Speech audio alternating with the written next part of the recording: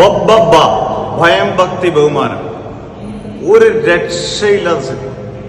ഒരു ഓളത്തിനോടൊപ്പം നമുക്കിരുന്ന് കാണാൻ പറ്റുന്ന അഴിഞ്ഞാട്ടം എന്ന് പറയുന്നതിന്റെ പീക്ക് ലെവൽ.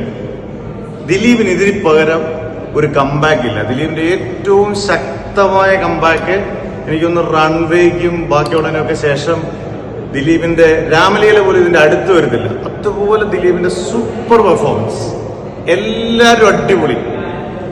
ഇതിനകത്ത് ബൈജു സൂപ്പറായിട്ടുണ്ട്. വിനീത് ശ്രീനിവാസൻ കുറെ കൂറ സിനിമകളൊക്കെ എടുത്തിട്ടുണ്ടെങ്കിൽ പോലും, ലാസ്റ്റത്തെ കുറെ കൂറ സിനിമകളൊക്കെ എടുത്തിട്ടുണ്ടെങ്കിൽ പോലും ഇതിനകത്ത് ഗംഭീര അഭിനയം. വലിയ അസാധാരണ അഭിനയം എന്നുള്ളതല്ല, പക്കാ ക്യാരക്ടർ. അതുപോലെ തന്നെ ദേവനാണെങ്കിൽ പോലും അങ്ങനെ എല്ലാവരും എടുത്തു പറയുന്ന എല്ലാവരും.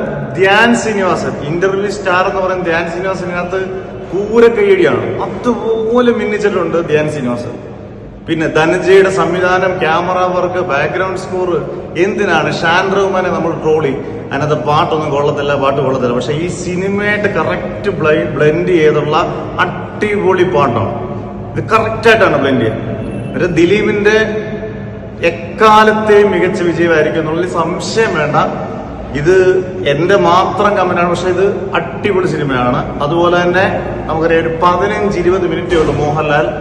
മോഹൻലാലിനെ എങ്ങനെയൊക്കെ കാണണമെന്ന് ആരാധകരൊക്കെ വിചാരിക്കുന്നു.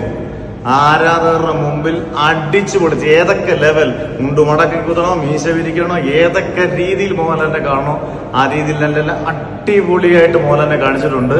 ഒരു 15-20 മിനിറ്റ് ഗൂസ് ബംസ് ആണ്, തീയാണ് തിയേറ്ററിൽ.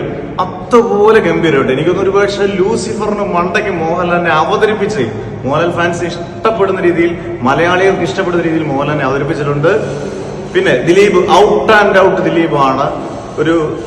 വീണ്ടും ഒരു തമിഴ് നടനൊക്കെ വരുന്നുണ്ട്, അതൊക്കെ നിങ്ങൾ സിനിമ കാണുമോ മനസ്സിലായാൽ മതി. പക്ഷെ ഔട്ട് ആൻഡ് ഔട്ട് ഒരു ദിലീപ് തൂക്കി എന്ന് പറയുന്നതായിരിക്കും ശരി.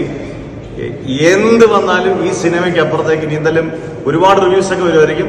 എനിക്കിത് ഭയങ്കര പോസിറ്റീവ് എന്ന് പറഞ്ഞാൽ സൂപ്പർ പോസിറ്റീവ്.